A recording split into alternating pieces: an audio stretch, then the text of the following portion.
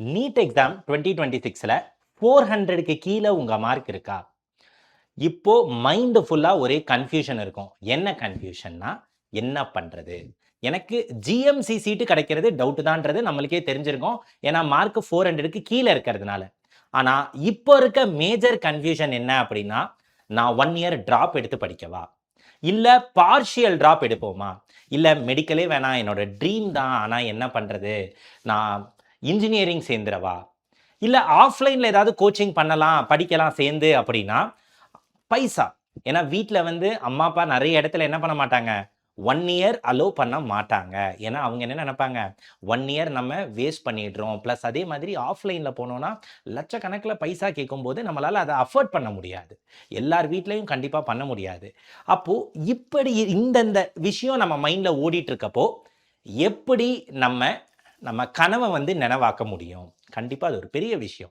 என்னதான் இருந்தாலும் 1000 வேலை இருக்கலாம். ஆனா, காலையில அந்த சண்டே முடிஞ்சு மண்டே மார்னிங் நம்ம எந்திரிக்கிறோம், காலேஜ் போம்போது நம்மளுக்கு புடிச்ச படிப்ப நம்ம படிக்கிறோம் அப்படின்னா, அதுவே நம்மளுக்கு ஒரு எனர்ஜி தரும்.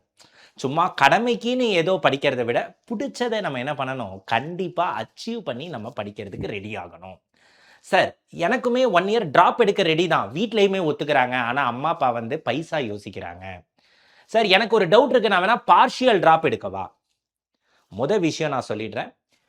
400 இல்ல 400க்கு கீழ நீங்க எடுத்திருந்தாலும், தைரியமா டிராப்பர் வந்து சூஸ் பண்ணலாம். 1 இயர் டிராப் எடுத்து நம்மளால படிச்சு கிளியர் பண்ண முடியும். எப்படி சார் சொல்றீங்க? முதல்ல நம்மளுக்கு இந்த 400 மார்க் வந்ததுக்கு என்ன காரணமா இருக்கும்? மெயினா இந்த 400 மார்க் நம்மளுக்கு வந்ததுக்கு காரணம் போர்டு எக்ஸாம். ஏன்னா போர்டு எக்ஸாம்க்கும் படிக்கணும், நீட்டுக்கும் படிக்கணும்னா அது ரொம்ப கஷ்டம். வீட்லயே சொல்லியிருப்பாங்க அக்டோபருக்கு அப்புறம், "ஏய் நீ உட்காந்து போர்டுக்கு படிடா, அப்புறமா நீட் எக்ஸாம்க்குலாம் பார்க்கலாம்." அப்போ அந்த பிரஷர் இருந்திருக்கும். சார் நான் ஆல்ரெடி டிராப்பர் தான் சார். நான் நல்லா தான் சார் படிச்சேன். ஆனா மார்க் வரல. சில்லி மிஸ்டேக்ஸ் பண்ணியிருப்போம். அந்த சில்லி மிஸ்டேக்ஸ் வந்து பிசிக்ஸ்ல நெறைய பண்ணியிருப்போம். கெமிஸ்ட்ரிலயும் பண்ணியிருப்போம். அது எதுனாலனா, நம்ம என்ன பண்ணியிருக்க மாட்டோம், பிராக்டிஸ் நெறைய பண்ணியிருக்க மாட்டோம். ஃபர்ஸ்ட் இயர் டிராப் அந்த பிரஷர்ல இருந்திருப்போம். ஆனா, ஒரு விஷயம் மட்டும் சொல்றேன். இந்த வருஷம் வந்த கொஸ்டின் பேப்பர் உண்மையிலேயே ஈஸி பேப்பர் தான். எல்லா சப்ஜெக்ட்லயுமே ஈஸியா தான் இருந்தது. அப்போ இந்த பேப்பர்ல நீங்க 400க்கு கீழ எடுத்திருக்கீங்க. போர்டு எக்ஸாம் பக்கத்துல வச்சுட்டு நம்ம சில்லி மிஸ்டேக் பண்ணிட்டோம். அது பிராக்டிஸ் இல்லாததுனால. பண்ணியிருக்கோம் அப்படின்னா, நம்ம கரெக்ட்டா உட்கார்ந்து படிச்சோம்னா, அடுத்த வருஷம் நம்ம என்ன பண்ணலாம்? நம்ம கனவு வந்து நிஜமாக்கலாம். நம்ம புடிச்ச படிப்ப நம்ம சேர்ந்து படிக்க முடியும். ஆனா, எப்படி சார் படிக்கணும்? நான் ரெடி சார் படிக்க. நான் ஆஃப்லைன்ல போய் சேர முடியாது சார். அப்போ ஃபீஸ் வந்து அஃபோர்டபுளா இல்ல.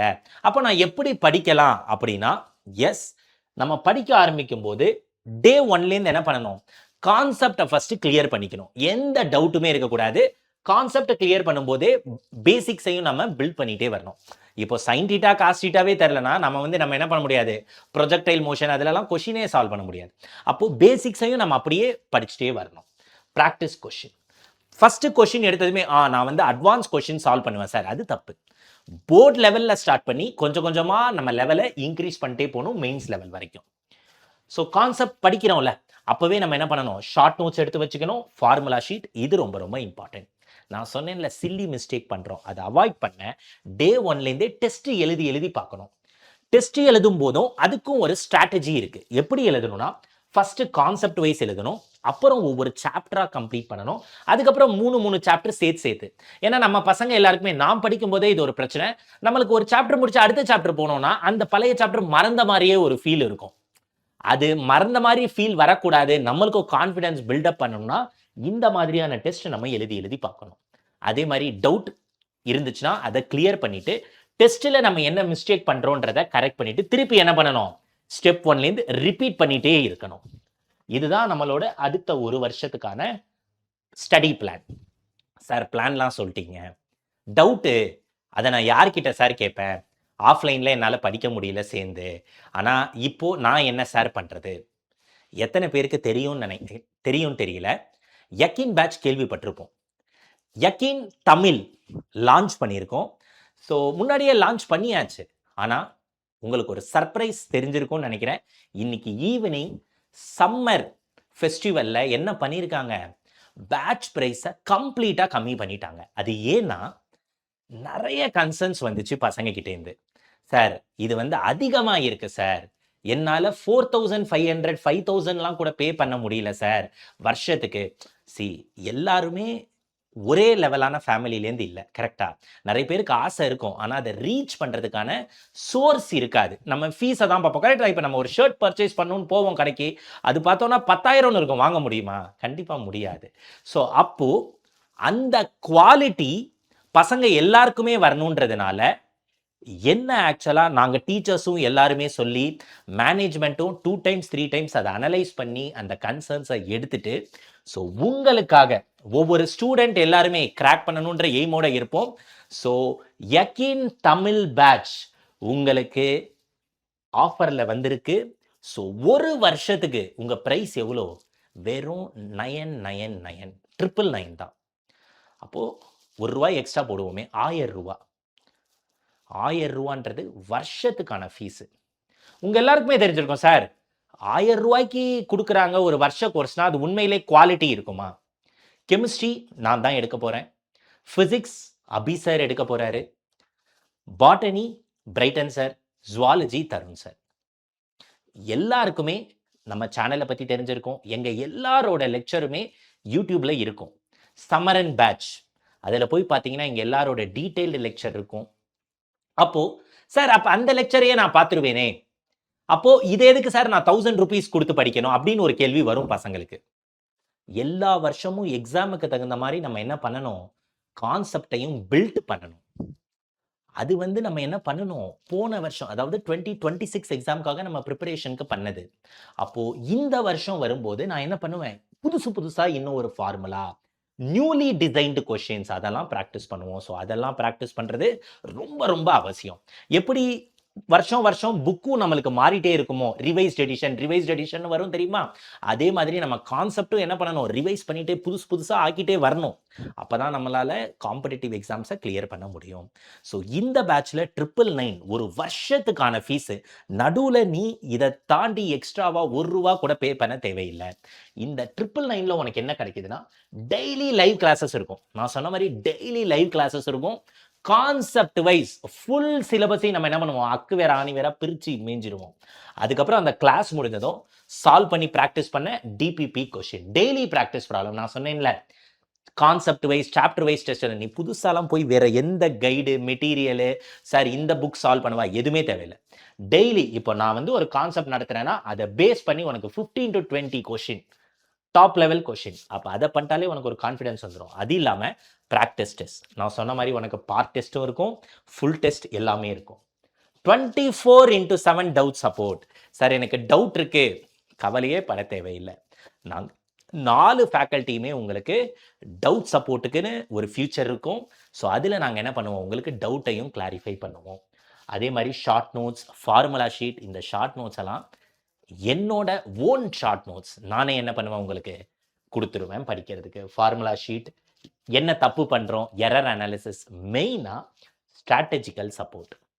என்ன சார் இது ஸ்ட்ராட்டஜிக்கல் சப்போர்ட்?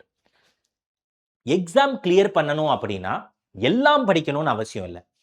எதை படிக்கணும், எதை படிக்க கூடாது அப்படின்றதையும் நாங்கள் என்ன பண்ணுவோம்? உங்களுக்கு சொல்லுவோம். So mental support. நடுவில் நம்மளுக்கு நிறைய தடவை டிமோட்டிவேட்டும் ஆகும். என்னடா பண்றது, இப்படி ஆயிடுச்சே, நம்ம 1 இயர் வேஸ்ட் பண்றோமே, நம்ம கூட ஃப்ரெண்டு படிச்சவன் இன்ஜினியரிங் ஜாயின் பண்ணிட்டானே. ஸோ அந்த மாதிரி சுச்சுவேஷனில் உங்களுக்கு எமோஷனல் சப்போர்ட்டுமே கண்டிப்பாக கொடுப்போம். ஸோ அது மட்டும் இல்லாமல் இன்ஃபைனைட் ப்ராக்டிஸ் டெஸ்ட். இப்போது மோல் கான்செப்ட் இருக்குது, அதில் ஒரு 500 கொஷின் நம்ம சால்வ் பண்ணிட்டோன்னா, ஒன்று நீட் 2027 எக்ஸாமில் வரப்போகிற கொஷின் அந்த 500 கொஷின்லேருந்து ஒரு மாடலாக இருக்கும், இல்லை அந்த 500 கொஷின்லேருந்தே ஒரு கொஷினாக இருக்கும். உண்மைதானே? அப்போது இது எல்லாமே உங்களுக்கு எவ்வளோல கிடைக்குது? வெறும் 999. நான் கூட 1000 ரூபீஸ்னு எக்ஸ்ட்ரா சொல்லிட்டேன். வெறும் 999ல கிடைக்குது. ஸோ என்ரோல் பண்ணுற ஆப்பர்ச்சுனிட்டியை மிஸ் பண்ணிடாதீங்க. எனக்கு தெரிஞ்சு இதுவுமே ஒரு 2 நாள் 3 நாள், எனக்கு தெரிஞ்சு 1 வாரம் இருக்கும் மேக்ஸிமம்னு வச்சுப்போம். 1 வாரம். ஸோ 1 வாரத்துக்குள்ளே நீங்கள் என்ன பண்ணணும்? மறக்காமல் உடனே என்ரோல் பண்ணிடுங்க.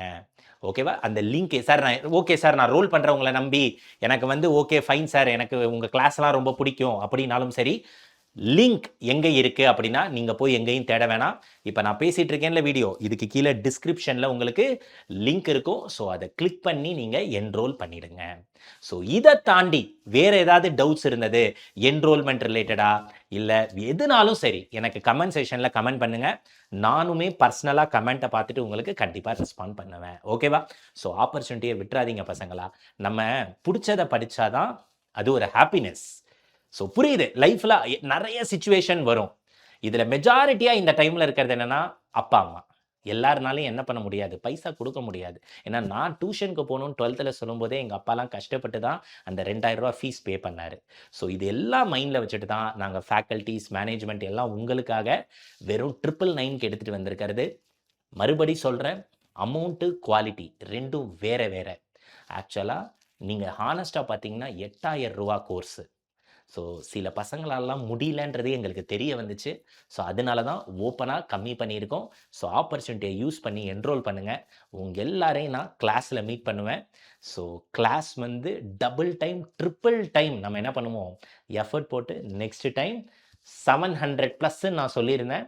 720 அவுட் ஆஃப் 720 நம்ம எடுக்கிறோம். ஓகேவா? So all the very best. Enrol பண்ணுங்கள். ஏதாச்சும் டவுட்ஸ் இருந்துச்சுன்னா கமெண்ட் செக்ஷனில் கமெண்ட் பண்ணுங்கள்.